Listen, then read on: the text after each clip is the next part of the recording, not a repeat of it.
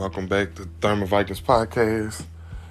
I guess we're going to jump right into the topic. I think today I want to talk about the mental health in the black community because I feel like it's something that's not discussed amongst black people in the community. So here we go. It's a lot of mental. It's not just one thing, it's everything, you know what I'm saying? I feel like a lot of people don't believe that you can get something like PTSD from living in poverty in a bad neighborhood where you hear gunshots all the time, you see murders, you see a lot of violence. That's true. It's absolutely true. You also,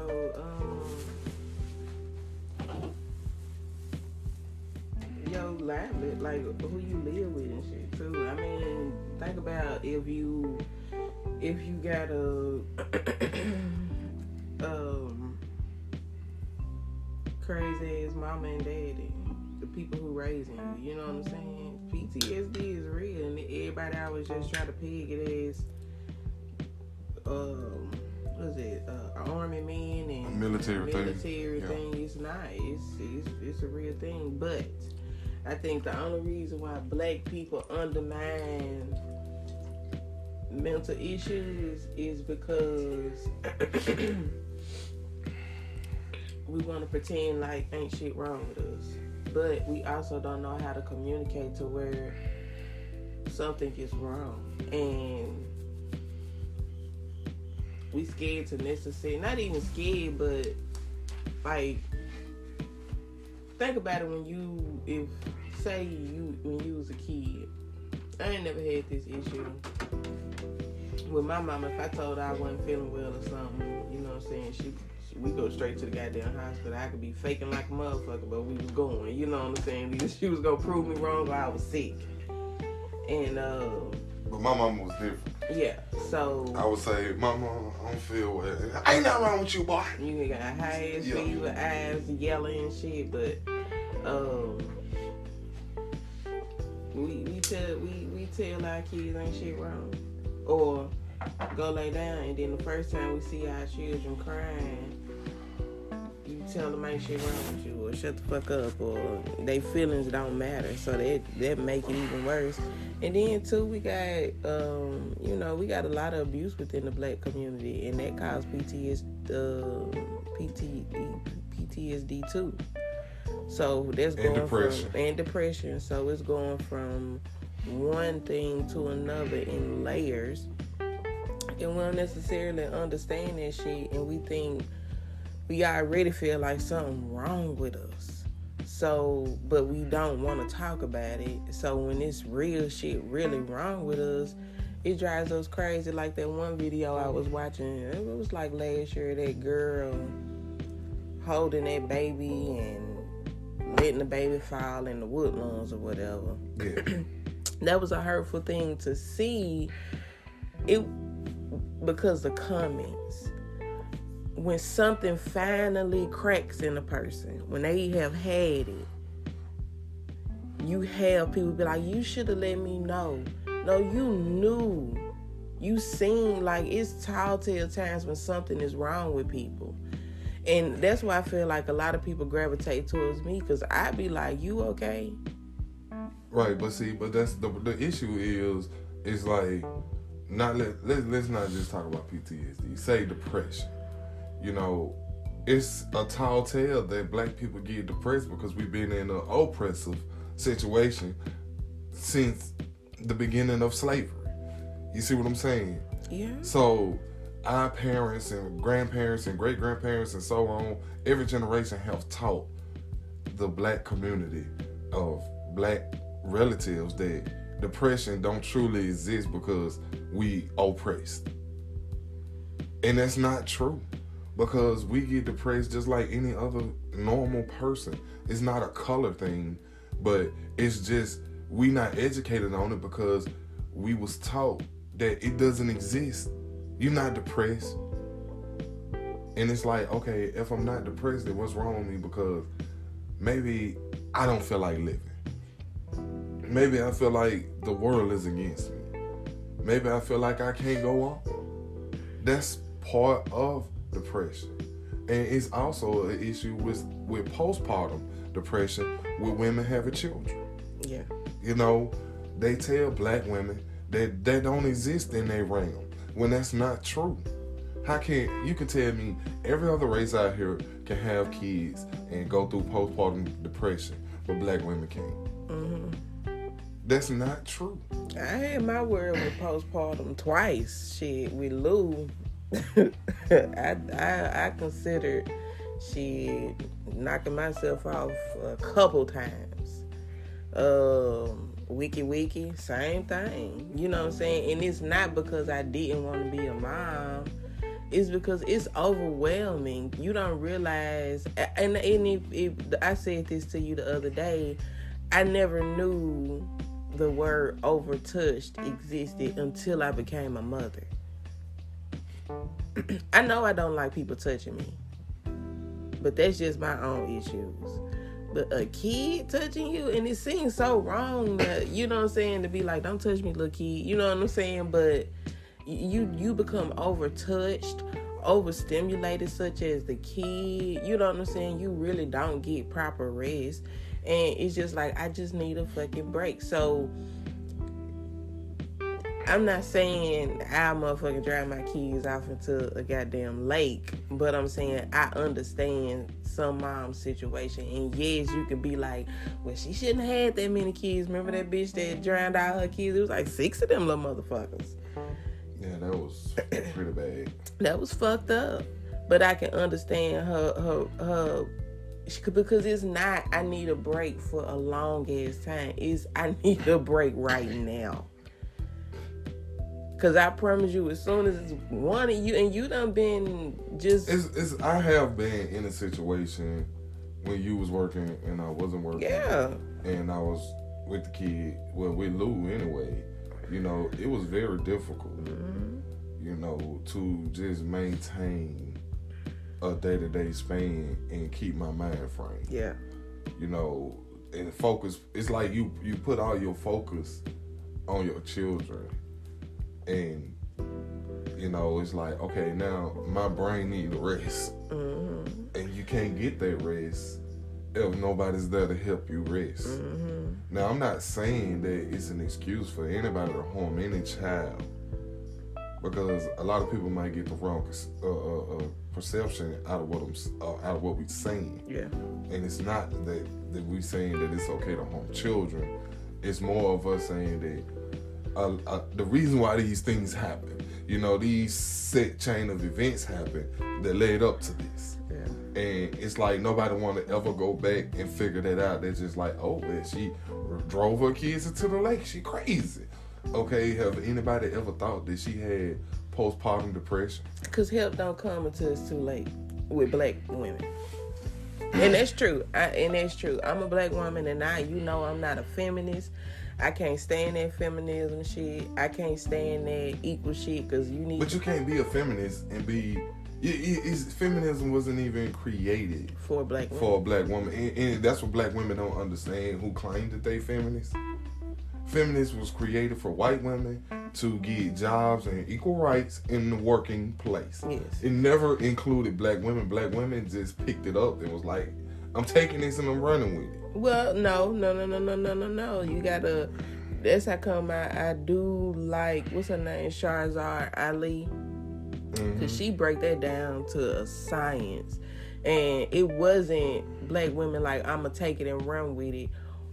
White women did what they normally do, and I feel we gonna go into something else after this. And this shit just happened, and it's like everybody bamboozled. Like, okay, let's get back to the depression and what other things of mental health that you feel like that's an issue in the black community. I feel like we said PTSD, we said postpartum, we said depression, suicide. You have a lot of people that, and you know what's funny? People that's suicidal, that's truly suicidal, they'll be happy as hell. They are truly, because they want to make you happy because they know how they feel. So, and then they just kill themselves. And that happens within the black community. At first, I used to be like, man, I know black people don't commit suicide. Yes, the fuck they do. But see, that's what I'm saying. We always taught these tall tales of what black people don't do. Yeah. Like, we are not human. Mm-hmm. Like, I understand that we are the chosen ones, you know, and we are definitely showing signs of kind of superhumanoid, to where we faster, we smarter, we more athletic, you know, in a lot of different categories. But that don't make you less of a human. Yeah, but check this out. You hear, and it's a double thing. It's like a double meaning. You hear people say, black women are stronger, black men are stronger, they can take more. How would you know this if you haven't looked at this shit? You haven't experimented on people. Yeah. Yeah.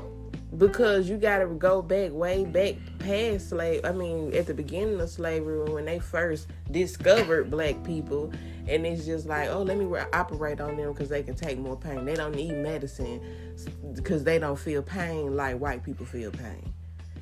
Which is not true. It's not true. It's not true. They still go by that shit now.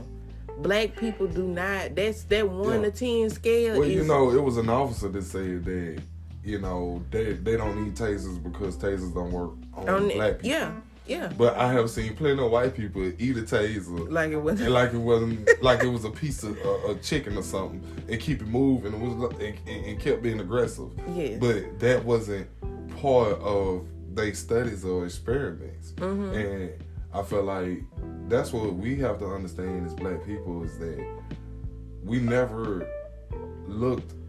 We look at each other in a different frame. We look at each other as humans. We look at each other as people that hurt, that cry, that have emotions. But other races were taught not to look at us like that. Yes. And it's just like, as well as we continue the cycle of what we was taught from our ancestors, so do a lot of Caucasian people. You know what I'm saying? It's not that they're not educated on it, because it's 2020. You know, slavery been out for a while, and they know of slavery. They know of the mistreatment of black people, like the Tuskegee Project. You know, and they have all this information, but it's what you choose to pass along. Mm-hmm. You know, I'm not gonna say that a lot of white people don't pass this information along to give their children the choice to be what they're gonna be, if they're gonna be a normal human being in society, or they're gonna grow up to be an activist or a racist or whatever it may be. But the information out here now. Yeah. And I think that's the biggest thing. Like we talked about the cell phone. The cell phone now is nothing but the computer in your pocket. Mm-hmm. So a lot of people always complaining about what they can't find out. You can find out anything on the information highway. Mm-hmm. So does your phone not connect to it? Yeah, it do. I think most of black people problem is not the finding out, the hardness of finding out. Because I done seen some black people, including myself and you, make some shit shake with a little of nothing. So with a lot of something being at the palm of your hand, it's not that it's hard to find. It's that it will require me to change my mind. True. So, and it will require me to do better. I wanna tap on something too, because what I hear a lot from black people as an excuse, not as a issue of mental health, is I'm bipolar. You know, a lot of black people claim they bipolar just because of the bad things and the negative things that they commit in life. They'll blame it and say, oh, I did that, or I act like this in this manner because I'm bipolar.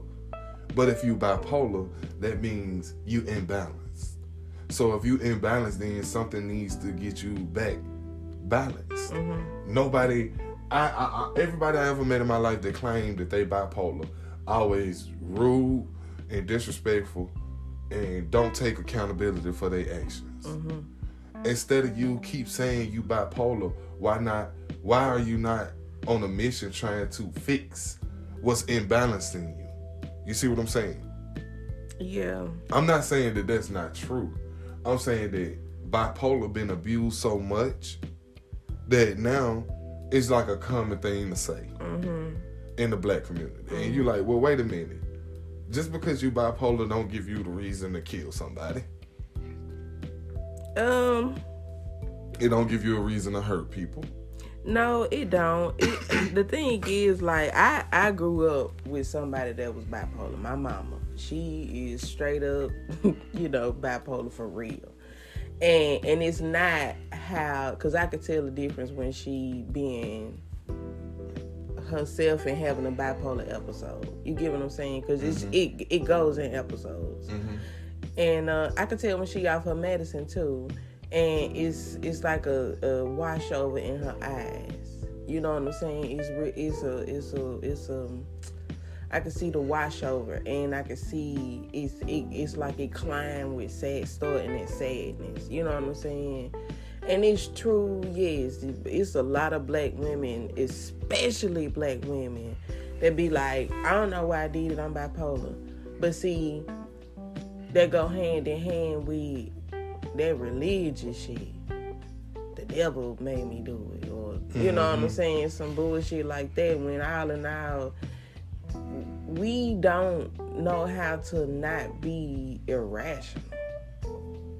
We indulge in being irrational like a motherfucker. So we really don't. What you mean to say is we don't know how to rationalize. Yeah. Because we are irrational and use it in a negative manner. Yeah. And I understand what you're saying with, religion, because my whole thing is I have made so many bad decisions in the beginning of my preteen all the way up into my mid-20s. I knew I made a lot of bad decisions. But would it be better for you to blame your bad decisions on everything else besides yourself? But I did. That's what I'm saying. Yeah. I blamed it on family. I blamed it on friends. I blamed it on everybody but myself. I didn't take no accountability into the bad decisions I made, until that light bulb went off in my head. And I'm like, wait a minute. This ain't true. It's not nobody's fault but mine's, because I chose the decisions that I made and the path that I walked down. I could have did the opposite, but I didn't. It don't matter what influenced me or who I allowed influence me. I still made that decision. And I think that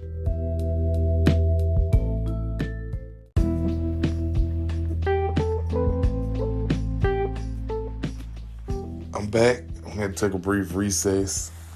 But I left off saying that when it comes to people making better choices, I had to realize that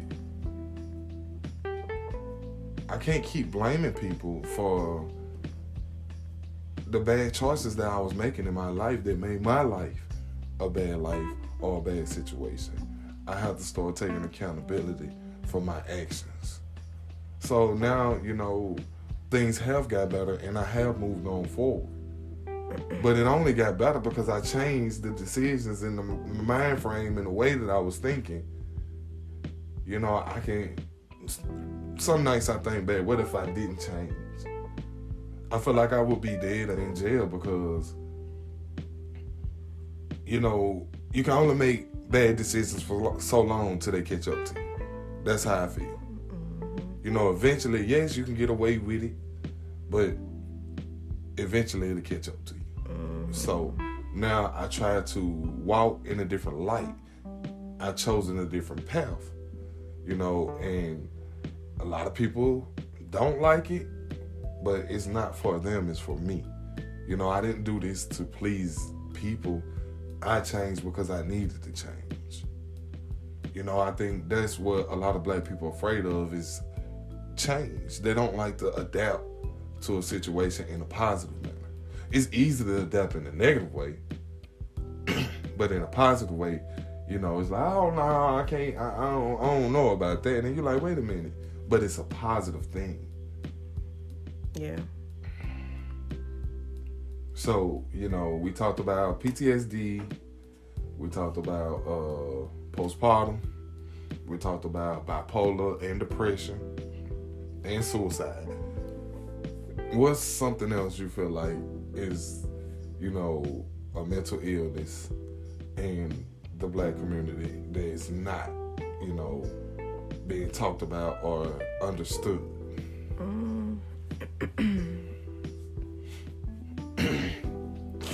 Child molestation. I think that's a mental illness.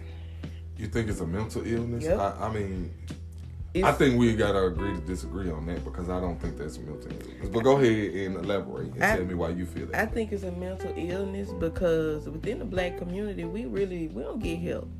So when somebody go through a molestation or rape or some shit like that, they don't get help.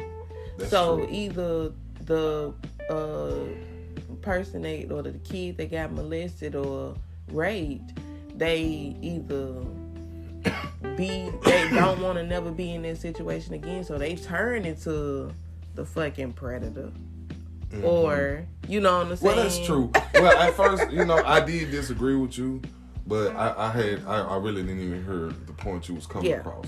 So I agree with your point, you know, but the only reason why I'm gonna tell you why I felt like I had disagreed in the beginning, because I feel like, you know, child molestation is heavy in every community. It's not just a Black thing, you know, but in the Black community, it is a cover-up. You know, it is a denial amongst our people when it's their family members. You know what I'm saying? Yeah, I only, and I ain't trying to sound racist or nothing, but I only speak from my DNA. Right. I don't give a fuck about what happened with them Indians, Chinese people, white people. I don't. I can't speak on them. But I know what I've seen, and I know some creepy ass uncles and cousins and shit like that. You know what I'm saying? And the thing is we cover that shit up because we don't want our family to be tarnished with that issue. Okay. And it's a mental illness because it never receives help, because we just throw that dusty ass rug on top of it. So therefore, it's just got rewind or remix of bullshit. And that's true. Now, I mean, me personally, I don't condone it. You know, I have had issues in my family, you know, and it's very difficult. You know, it's very difficult. And you get to a point where you're like, you know, me growing up as a Black man, I can't trust my kids around nobody. Hell, I can't even trust myself to be around people, because it's not even that I'm a bad person. It's that I don't want to be around people that don't understand that I'm trying to make good decisions. And, you know, trying not to trust people with my children is really a good decision. You know, I understand a lot of people are like, you don't let nobody see your kids. And I'm like, you can video chat them. You know what I'm saying? And a lot of people take offense to that. But like, it's what is it in you to feel like you always got to be around my children? You know, that raised my eyebrow. Like, I'm not you know, challenging anybody. I'm just saying, like, it's different ways now than it ever been in life to communicate with people, especially through the internet. You know, and a lot of people don't like it or don't know it, but I mean, you can't tell me how to raise my children. That's true. I feel like this, and it's just a matter of who your peoples is. When it comes to like my grandmama, that woman cannot stay away from grandkids. That video shit just don't cut it for her. No, she like, fuck it, I'm finna stick my foot all through this goddamn Facebook app. She talked to him, ain't talked to him in weeks. She like, I'm on my way. Where you at? I'm coming through. I'm on my way through Cleveland. She can't. And that's because of the love that she held for her grandkid. Well, they her great grandkids, right? Grand. Her great grandkids.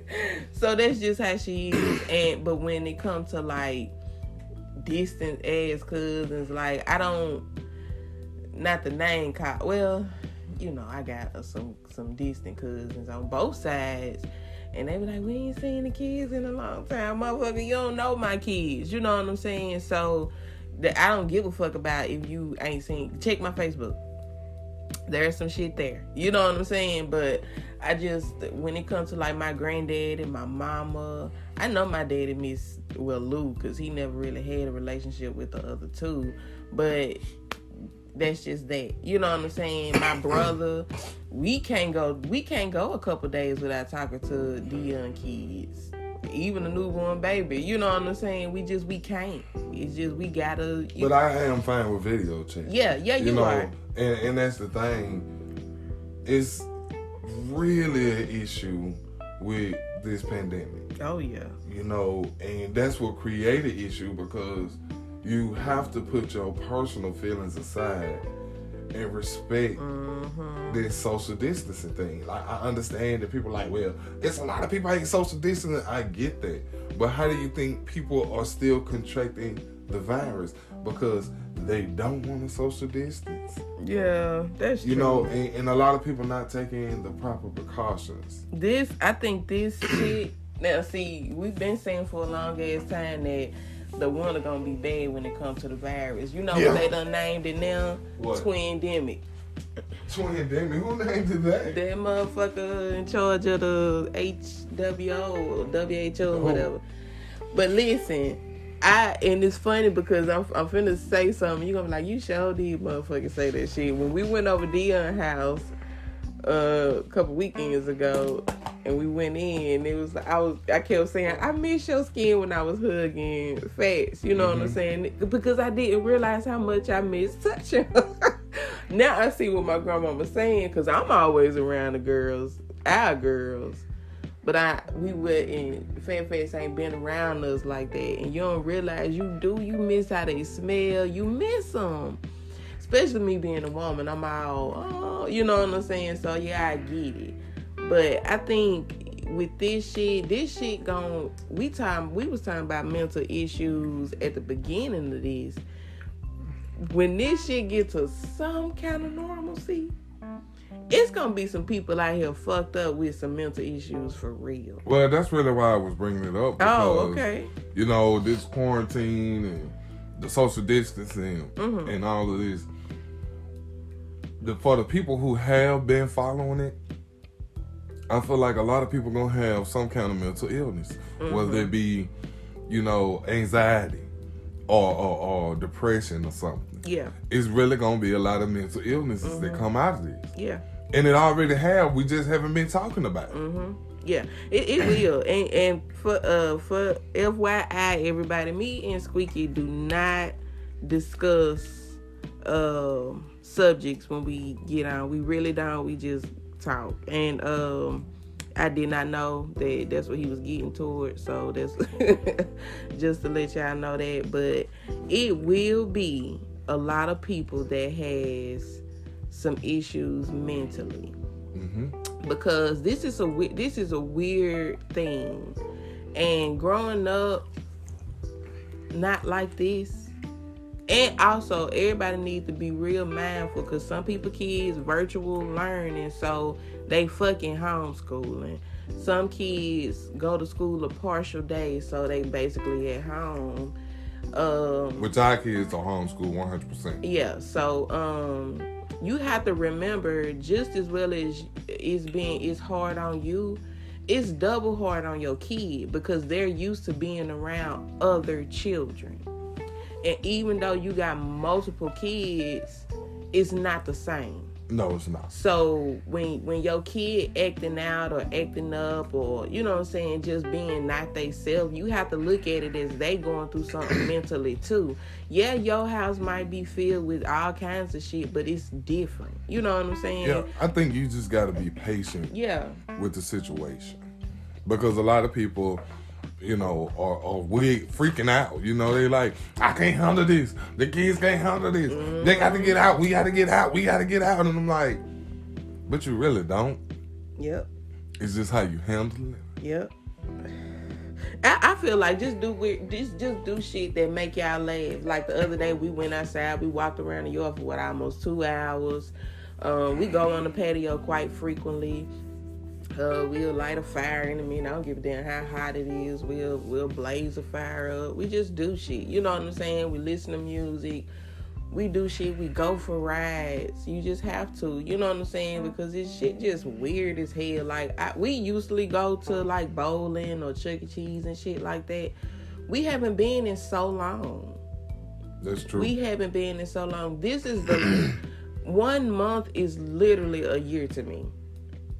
It feels like it to me. It feel like it, but it's not. Because our time is so warped. Everything is warped. Everything is foggy. You go to Walmart, it's like walking through a fucking cattle line. Yeah. One way in, one way out. But that's the only reason why they just trying to keep their employees safe. Yeah. You know, if you think about it, if everything truly shut down,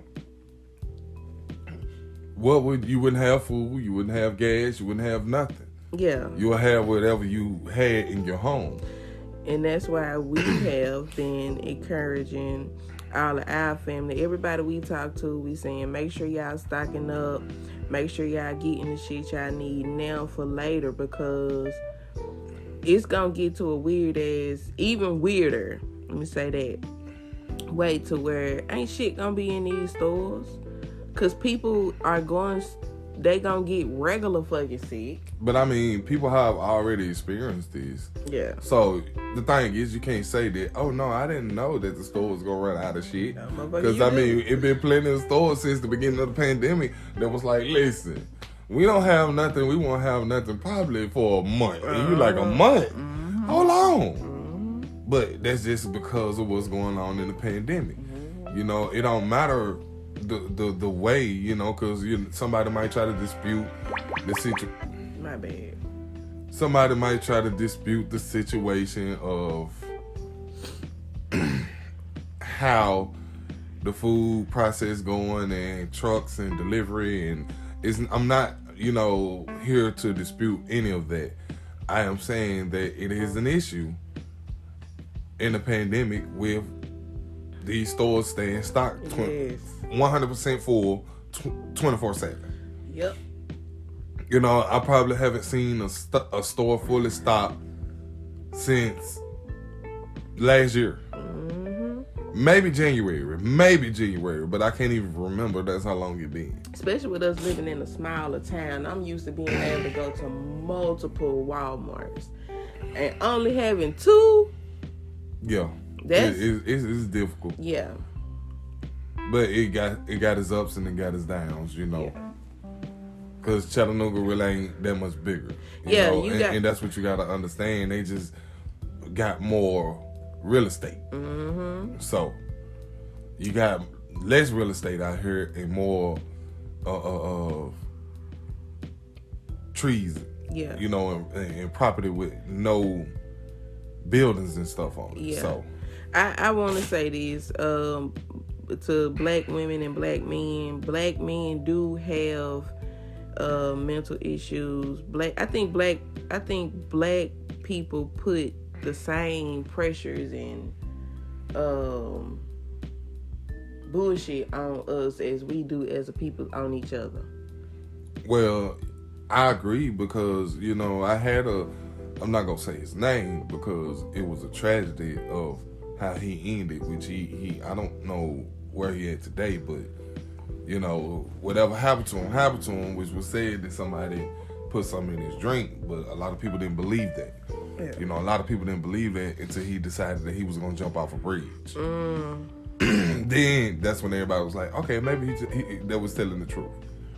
But it was already too late. Yeah.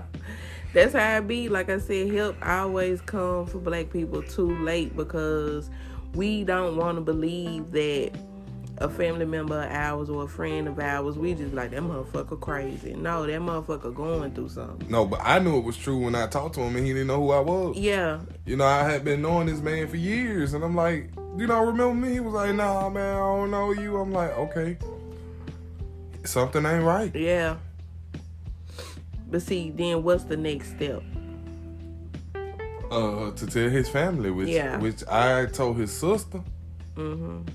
You know, I didn't take it upon myself to interject of what they was gonna do. Yeah. You know, I just relayed the message. Listen, he truly not him. Mm-hmm. You know, I know you don't know me because I wasn't around you, but I was around him and we was around each other, and he don't recognize me, and that's just not right. Mm-hmm. And she was like, oh, nah, he be doing that sometimes. He go in and out. And I'm like, nah, he need help. Like, motherfuckers don't go in and out. He need help. Yeah. You know? We have to realize that we have to know each other enough to where, like you said, you knew someone right when you like, hey, what's up, man? He like, oh, nigga, we know each other. You know what I'm saying? We have to know each other enough to where we take that action like you did, you know what I'm saying something to his family. But I always feel like I should have took more action because I knew him. Mm-hmm. You know, and then all the stuff that unfolded after the fact that, you know, I came and passed with him and how it ended up for him, I was like, man, that's crazy because I feel like I could have done more. Yeah. But I did leave the responsibility to his family thinking they was going to try to get him help. Mm-hmm. But they did. Mm-hmm. I think, you know, black people need to quit with that bullshit that I'm strong on this, on that. Yeah, you is when push come to fucking shove. But should that be something that's put on you? You get what I'm saying? Like, should that be it? Like, everybody look at you and be like, oh, you a big fella, you can handle anything. And it's like, nah, motherfucker, I'm mentally motherfucking unstable as fuck. You know what I'm saying? I'm just saying people looking at how big you are and equate that to your mind should be the same big. This is my body. and the people and everybody, I always used to say to you, I don't know why people want to be my fucking friend. I do not like people. You know what I'm saying? And I don't.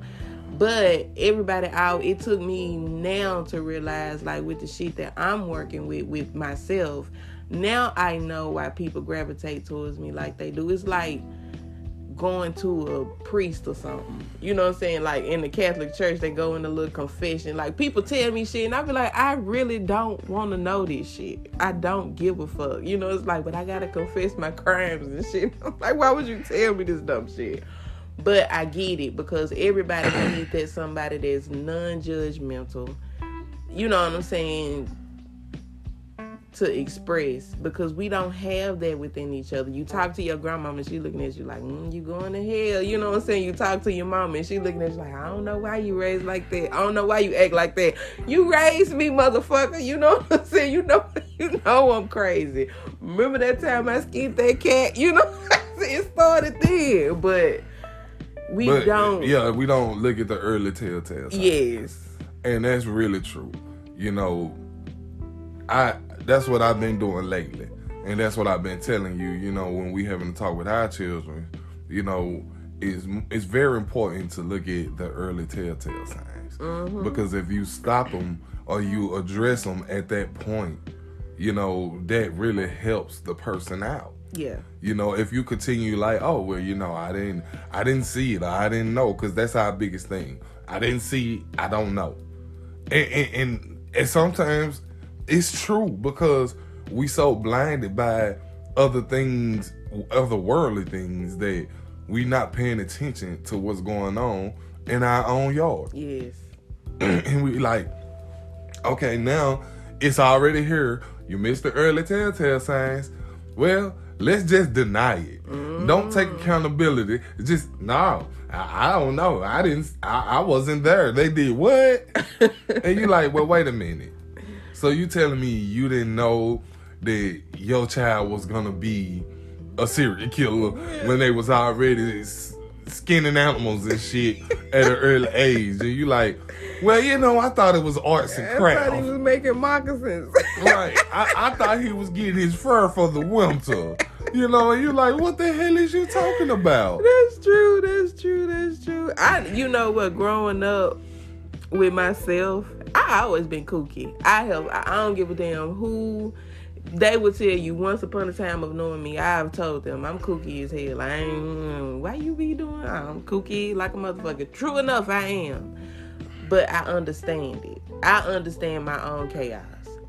And I'm okay with it. You know what I'm saying? I always had been, but everybody else around me hadn't.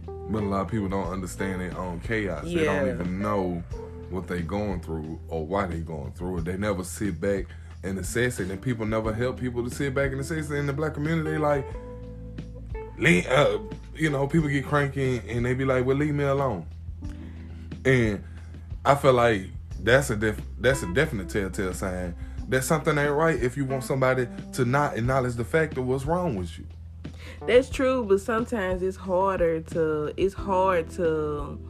say shit out loud. You know it's happening. You know something is wrong, but saying it out loud is the worst thing in the black community. You know what I'm saying? You actually, I know I done motherfucking got my ass whooped for saying some shit out loud, and that shit be true as goddamn day. You know what I'm saying? I remember one time my cousin done came in the house, black-eyed, blooded. Ain't nobody say shit.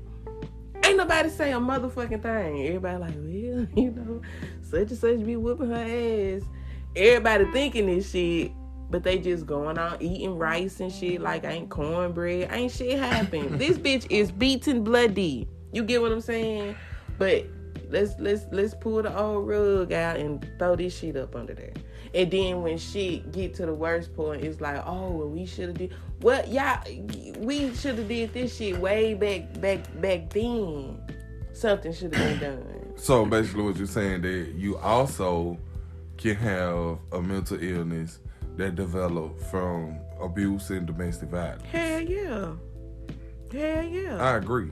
You know, and not only you can have it, is that is when you going through domestic violence and abuse, you can't pass that feeling and that situation on to your children. You know, and I think that's where it has to stop, because you grow up and you like, okay, my mama was going through domestic violence and now I'm going through domestic violence. Is this the right thing to do? No, it's not the right thing to do. But if nobody ever stopped the cycle, it's gonna continue to go. You know, I don't want my kids to grow up thinking that, especially having 3 girls, you know, that domestic violence and abuse is okay. It's like, that's not what I want. So you have to stop the cycle. You have to dig in deep in yourself and realize, okay, no matter what I went through, I don't want to subject my children to that same behavior. Mm-hmm. Because people spiral. People spiral all the time. Hell yeah. You know, and we look at people and be like, well, why are you spiraling? And then you do have domestic violence. They go both ways. Because, I mean, a lot of people feel like domestic violence only against women. You have women that are aggressive and abusive to men, too. Mm-hmm. You know, I'm not saying make an excuse for anybody. I feel like wrong is wrong. You need to admit you're wrong and try to fix it. Go ahead. I don't think people really even think about the shit that they do, especially when it comes to like domestic violence. When you with somebody, you feel like they can handle anything because you've seen the shit that they've been able to handle.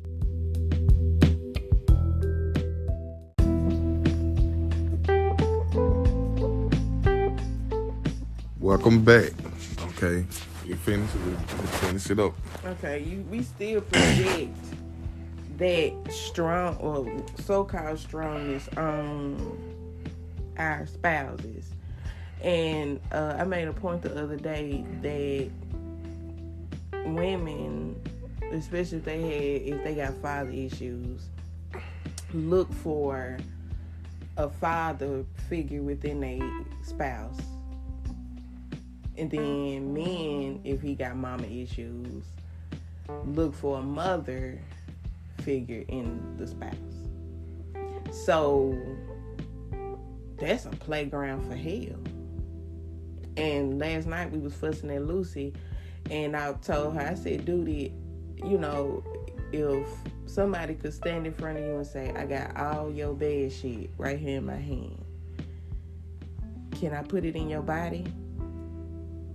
You know what I'm saying? And she was like, what you mean? I'm like, if all the, stuff that you knew you wasn't supposed to do, if I could give it to you, would you take it? She was like, nah, I'll throw it away because I done told a lot of lies. You know what I'm saying?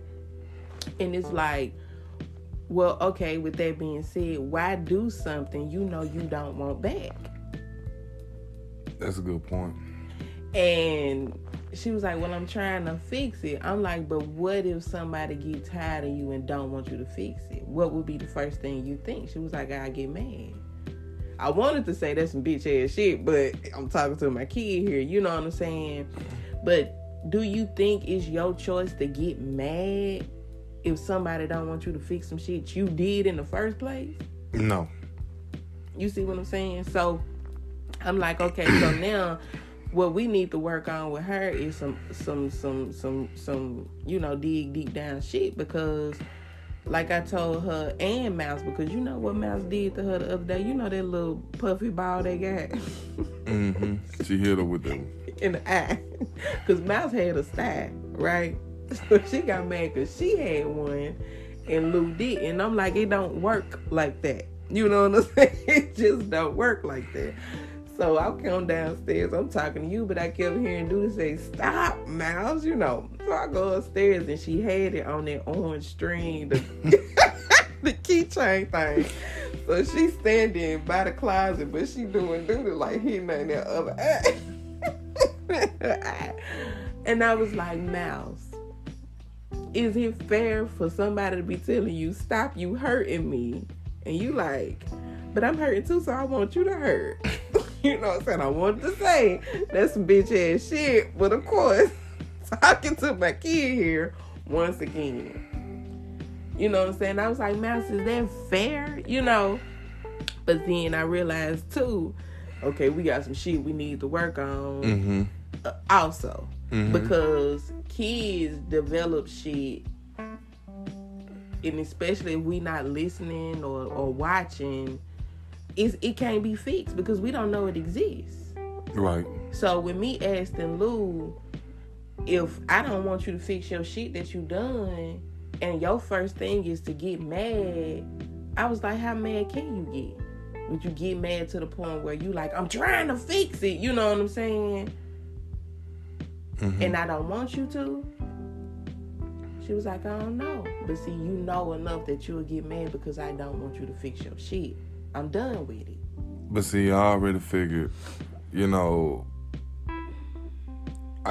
gonna be a constant battle of me trying to correct my kids. I think in our life form and in the black community, as I have said many of times, that it gets to a point where parents give up on their children. Mm-hmm. and refuse to correct them, and it's just like, you know what, whatever happened to you happened to you. Mm-hmm. I'm not gonna do that. I'll be trying to correct my kids to the day I die. Yeah. Now when I die, they would probably be like, Daddy was a jerk and all he did was correct me. But it gave me a different perspective on life, and it actually helped me get through a lot of situations. I heard somebody say this the other day, and that shit hit hard because it related to me. And I realized this was one of my issues. You know, I've been doing, you know, inner child work or shadow work or whatever on myself. And the lady was like, when you criticize your child, they don't love you less. They love themselves less. And it's true. Because me being the oldest of 2 siblings, and when shit wasn't right, even though it was my siblings' the whole fault, single-handedly, they did, you know what I'm saying, shit that pissed my mama off, I got the blame for all of it, even after they got grown, which led to one of our biggest fights me and my mama had ever had. You know what I'm saying? And I was always taking, every time I felt like I did something horrible, and it wasn't even mine to feel like I did, I loved myself less.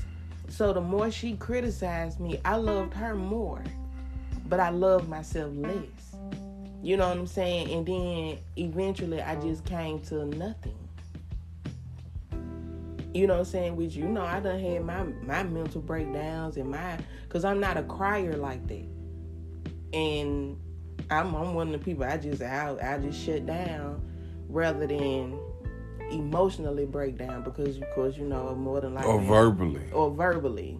So I'll, you know what I'm saying, I'll shut down, and then it's just like, I'd rather not show any signs of weakness. You know what I'm saying? So, and be like 300. They shall not pass. My people will avenge me. Yeah. That's true. But silently I suffered a lot. You know what I'm saying? And my mama, you can call my mama. I can't wait till she be able to come and do this. It's going to be a hurtful ass podcast, but it's going to be one that needs to be done because... Well, I mean, it's not designed, though, that you in a position to try to hurt your mother. No. The thing is, it's a harsh reality. Yeah. When you sit people down and make them face their own transgressions with you. Yeah. You know, and it hurts a lot. You know, I literally had to sit down and face my own transgressions with my mother, because for many of years I had blamed her, you know, for a lot of things in my life, when the truth is, yes, things was happening in my life, and yes, my mother was a semi-single parent. Yeah. But if it came to my father, you know, he wasn't in the picture. Yeah. And at the same time, you know, my mother was working 2 jobs. And I would take that as an advantage to do what the fuck I want to do. When really all she did was say, listen, if I don't work 2 jobs, we don't have nowhere to live. So I have to do this. And y'all have to stay in the house. I can't have y'all getting in trouble, because if I lose my job, we're not going to have nowhere to live. And at the time, as being a child, it wasn't important to me. Yeah. Like I heard what she said and understood it, but it wasn't important to me until this shit happened. And then I'm like, even after it happened, I never acknowledged that I was wrong. Yes. So now I, you know, talking to mama back and forth, I just been trying to let her know that I apologize, because I blamed so much stuff on her and didn't take responsibility for your own shit, or accountability for my own actions.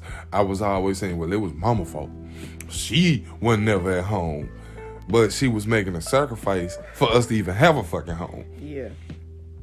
So, you know, going back and looking at that past, and I'm like, hey, I was wrong the majority of the time. So I need to go ahead and eat what I'm dishing to my mama, because it is unfair. Yeah. You know, it's definitely unfair. And you look at yourself in a different light. Yeah. And I think that's what we have to kind of do to heal. Yeah. Because I think this year is the mass awakening of our people. And I think before you feel like that you're woke or have knowledge amongst blacks, you also need to heal. Oh yeah. Yeah, because we don't necessarily, you don't want to say, a lot of black people don't want to heal because they know it's some yucky ass shit deep down in there. You know what I'm saying? Yes. And especially the shit that we put on our parents. I used to be so... And you know what's funny? As a teenager, I faulted my mom for so much stuff. I really did. But I loved my fucking daddy. Like, that man could do no fucking wrong in my eyes. Everything he ever did. It was like that growing up with in my mama household, you know, and you know, not to bash my daddy, because I mean, me and my daddy have an understanding. Yeah. You know, we talk when we talk, and there's that on that. But I did, you know, feel happier when I was a child, going or waiting on my daddy when the rare times that he did show up or come and get us. Yeah. And it made my mom feel horrible. Yes. And I never thought about that shit. Mm-hmm. I never thought about my mama like, damn, how is y'all happy when I'm always taking care of y'all? Yeah. Yeah. And you know, just talking to her now, and I'm like, Mom, I'm sorry. Yeah. And she's like, what you sorry for? Well, you know, when I was younger, I did take you through a lot, and I do understand more now having children than I ever did in my whole life. Yeah. You know, I'm not saying like, you know, we separated or not. You know, that's not what I'm saying. What I'm saying is that you have a different perspective of your life as a child, and then you have a different perspective of your life as an adult, and then you look back if you choose, because a lot of people don't choose to look back. Yeah. So if you choose to look back at your life as a child, you're like, well, I was ungrateful. Hell yeah.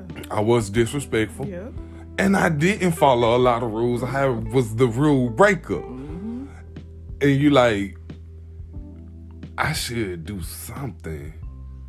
And that's really what started the healing process, because, you know, you've been having all of this anger and animosity inside of you because you feel this is what it is, but you never looked at it from your perspective because you was a child growing up. But now as an adult, looking back at your childhood, you can see all the different times that your parent, in my case, which is my mother, was trying her best to survive for us. Hey, yeah. I remember my mama, she suffered with depression a lot, and I didn't understand it. And me being me, I always been this happy-go-lucky kid. I always was. And when she started to look weird or down, I used to be like, come on, mama, let's, you know, and she like, get the fuck out. You know what I'm saying? Because it's like, I can't take your happiness right now. Right. You giving her the opposite of what she is. Yeah, and it's like, and I used to be like, oh my goodness, this woman hate me. I felt like my mama hated me. And it wasn't that she hated me. She hated the situation that she was in. And I feel like some way, somehow, she came to the conclusion, like when we had our big talk, and she was like, I just hated that I couldn't give y'all everything y'all needed. And she didn't know how to express that though when the time or when the situation happened. Yeah. So now time has passed. You are grown now. So now she's learning how to express these things, and you wishing that maybe they could have done that when you was younger, but you still wouldn't have understood. You see what I'm saying? And like I told her, I was like, Mama, do you realize everywhere we moved to, we always had the nicest shit. Everybody always was just at our house. The neighborhood kid, everybody was just at our house. Everybody knew where they can come to borrow some shit. You know, it never really came back, but we always had. You know what I'm saying? When we lived in Michigan, our house was the house. My mama literally was like, we come from Tennessee going to Michigan. These kids used to walking in the snow to school. My mom was like, fuck that. I'm getting the van. I'm picking up every goddamn body. You see what I'm saying? These babies can't walk in this snow, but they used to. We wasn't. Right. And I'm like, Mama, do you realize every fucking Christmas we had, it didn't matter what we got some shit. You know what I'm saying? She was like, well, I ain't look at it like that. And that was the problem. You put these invisible ass shackles on yourself thinking you wasn't doing enough when you was doing it all. And I think that's what it was in my mama case, because I remember, when we stayed on Work Street and she bought me that Sega CD. Mm-hmm. Back then, money was not abundance. Right. Like it is now. You ain't have motherfuckers throwing money around. Yeah. So money wasn't abundance. Yeah. So a Sega CD cost a lot of fucking money back then. Even though it didn't last long, but it cost a lot of money. And I kept saying, I want a Sega CD, I want a Sega CD. And she got me a Sega CD. And I think that was the same time that, she was working a lot of overtime to get it. And I didn't know. I just thought Mama wasn't at home. But then years later, as an adult, I found out she was working at 2 jobs. She was working at the aquarium. When she was working at her initial job, I can't remember what it was. I think it was at Caters. And then her second job, she would leave Caters and go straight to the aquarium and cater parties doing that. And you just felt abandoned. I just felt abandoned. And I'm like, Mama don't never come home. Mama don't love us. And not thinking about she was making that sacrifice to get something that I asked for. And for a lot of times, I know she felt like I was ungrateful because I showed it. And, that's why a lot of times I go back and I be like, Mama, I'm sorry because, I was ungrateful. And I didn't understand then. I truly didn't, and I'm sorry. Even though you sat me down and explained it to me, I'm still a kid. I'm like, what? Video games? Going outside, riding a bike, playing in the creek, because we had a creek behind our house, and all of this. And I didn't really grasp the concept of sacrifice. I never thought about the sacrifice she made. She sacrificed herself, her body, her personal life, her love life. She made a lot of sacrifices, to try to take care of us. And that's what helped me let go a lot of the animosity between me and my mama, because I'm like, I understand now, it's not what it used to be. So that being said, let me get my mind together and give my mama some kind of peace, because she never had that, because it's always been that push and pull between us. So now we kind of at a good standings in our life. And I definitely tell her all the time, I understand. She'd be like, well, this and this. And I'm like, Mama, I truly understand. I don't want you to feel like this is when I was little and I wasn't listening, because right. Because of course I still play the game. I like games. I've been liking games my whole life. But it's not so much of a distraction as it was back then. Yeah. I feel like how we feel about our parents is how we treat our spouses. True. You know what I'm saying? I've always had like a friendship with my dad. So therefore, me and you get along on a different type of, like, we talk about shit that most people be like, that's some weird ass shit. You know what I'm saying?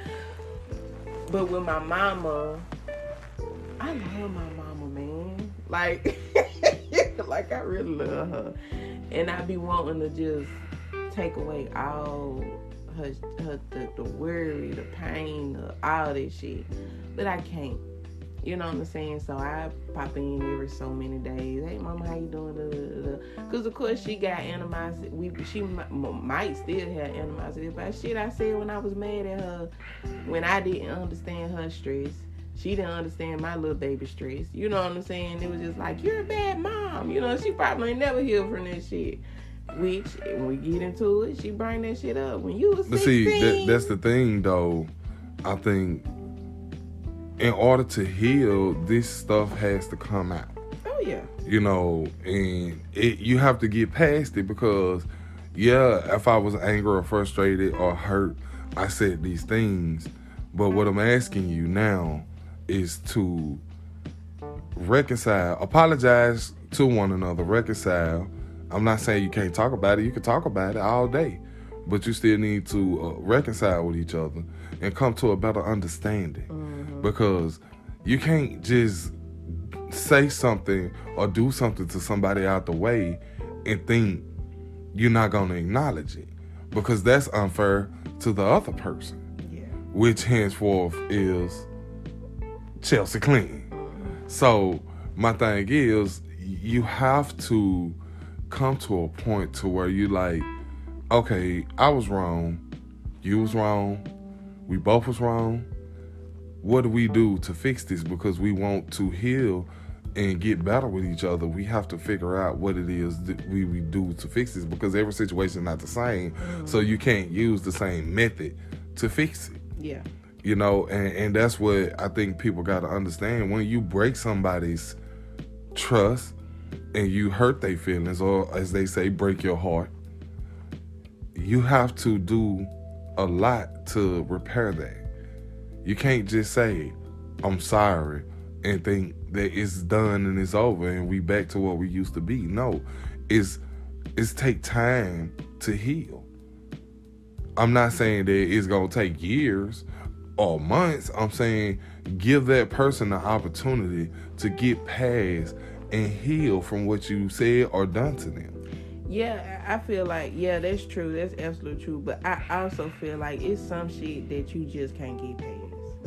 And maybe it's just being stuck in that way or whatever. And no, I agree with you. So I feel like it's just that's where I feel like come in at how black people are when you see motherfuckers killing the whole goddamn family, or killing the boyfriend, or killing the husband, or killing the wife, because it's like, okay, I'm trying, you know what I'm saying, but I don't want to deal with you on that type of level.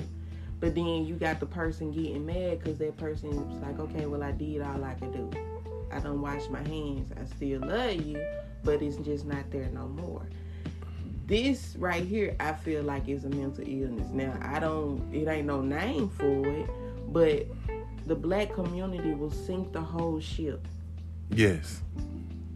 Crab in the bucket. Just to make one person realize or see or understand, when all in all, just letting go could be the best thing. No hurt, no sourness, no nothing. Just let it go. Yes. And that's always been a thing in the black community, to where if I can't have it, nobody can have it. If I can't do it, nobody can do it. And you're like, well, wait. That don't even make sense. You know, just because you're not able to have this person or this thing or this place or this job, don't mean you should stop other people from being in these positions. Yep. You know, that's not right. That comes from a selfish part of people. Oh yeah. You know, that's the mental illness, selfishness. Well, yeah, I can say that I agree with that, because I have seen it one too many times, which you can attest from my friend with his selfishness. You know, which made him not be my friend no more, because at some point of a time, you have to understand, if we friends, why do you keep consistently doing the same thing to me over and over? And like, man, I was just playing. Yeah.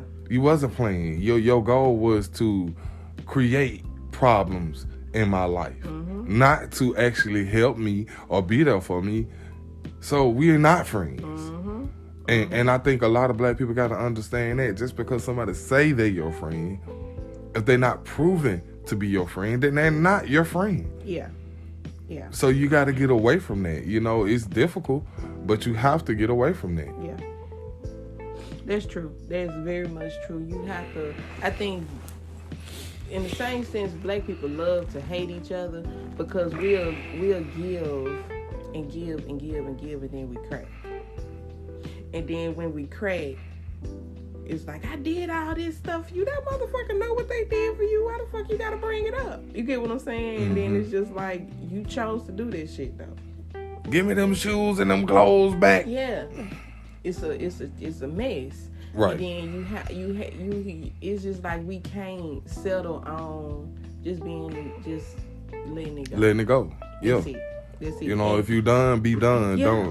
Don't use worldly things and situations to stay tied to somebody. Mm-hmm. If you truly done with them, it shouldn't matter that you bought them some shoes or some clothes or you know what it is. Because I have seen recently a lot of videos online where, you know, a lot of people getting caught cheating, and men and women, they like, give me them clothes back. Give me my shoes. I bought them shoes. And I'm like, okay, you did buy them, but I'm not saying that they right for cheating on you, but that don't give you the right to take that back.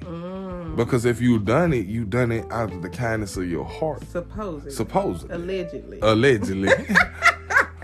So it shouldn't be no take back. So now that your heart broke, you want that shit back. You want everything back. You want everything that you feel like you ever done for that person. And sometimes you can't get it back because a lot of it don't even be materialistic things. It be situations. So how you gonna take a situation? Say if you help the person buy a car.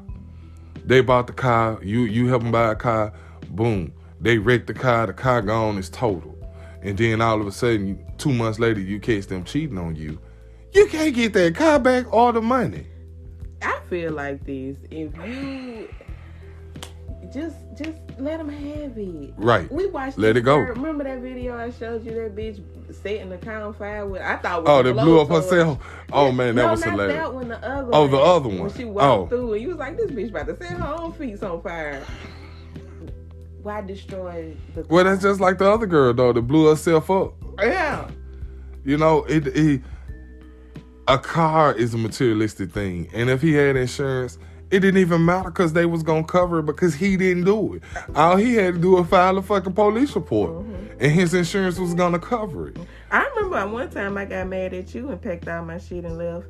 I think you was gone or something. I think I had my mama come get me. I think I was pregnant. I was all emotional and shit. You had just got me a whole bunch of shit or something. I left all that shit. You called me and was like, there's a note on the TV and all your stuff that's new here is still here, but all your old shit is gone. What's going on? you didn't read the note. You know what I'm saying? Motherfucker, I'm gone. You know what I'm saying? And that's when it comes to the point where it's like, okay, this is the type of person I'm dealing with. She ain't here for material shit. You know what I'm saying? So, and that's how I think everybody got to be, because a lot of people stay in a fucked up ass relationship because of the material shit, and a lot of people are not want to leave because of the material shit. I mean, but I can't. The thing is, I could never peg you as that person, because if you think about it, we really don't have a lot of shit. And we don't have a lot of materialistic shit in that nature, as in other people. You know, because if you go in other people's house, you'll be like, damn, they got so much shit, they don't know what to do with it. Which, of course, we have encountered that. Yeah. But, you know, I don't think I'm that materialistic about things. And you used to be. Well, I used to be. I definitely used to be, but, you know, I grew out of it. You know, I really, at this point, I don't even care no more. You know what I'm saying? I don't buy Jordans. If I catch them on sale, if I could pay $80 for them, you know, on footlocker.com, definitely. Yeah. But I'm not finna go stand in the line ticket and pay $300 for a pair of shoes. Hell, I buy me a pair of LeBrons. Matter of fact, I got 3 pair of LeBrons that cost the same price as a pair of Jordans. Yeah. But now LeBron James shoes are just as high as Jordans. Yeah. So what I don't try to stick with the trends, because, you know, I'm not no spring chicken no more. You know, I don't feel like the need to try to keep up with the new, the trendy. I'm more of a whatever a deal is a deal. Let's get this deal going. Yeah. And a lot of people, especially in our community, frown down upon the deals. And I'm like, what's the problem that you gotta look down on me for buying 3 pair of shoes that costs the same price as 1 pair of shoes that you got? Yeah. So who really got the best deal? Because if something happened to them shoes, let's say you fall and the sole fall off. You don't got no more shoes, you gotta buy some more. Yeah. Not me. I go in the closet and get my second or my third pair. Yeah. I feel like, we do that. That's an issue too with the material shit. But if you can afford the shit, go for it. I'm not knocking nobody for buying it. Like, if that's what you choose to do, that's what you choose. What I'm saying is, don't judge me because I choose to shop at a discount. Mm-hmm. Like, it's really benefits, especially when you a family of 5 and 3 children. It's definitely good, and it helps when you shop at a discount. Shit, you ain't saying nothing to me. I motherfucking was the coupon queen once upon a time. Right. We was discounting crazy. Yeah. Okay, so we're going to end this one. But before we end, do you have anything else you can add to mental illness in the Black community? Yes. And it's going to sound funny, but if you really think about it, it gives yourself enough room within inside yourself to change. Learn how to die. Learn how to die. Learn how to kill parts of yourself that's false. She who learns how to die unlearns slavery. Or he.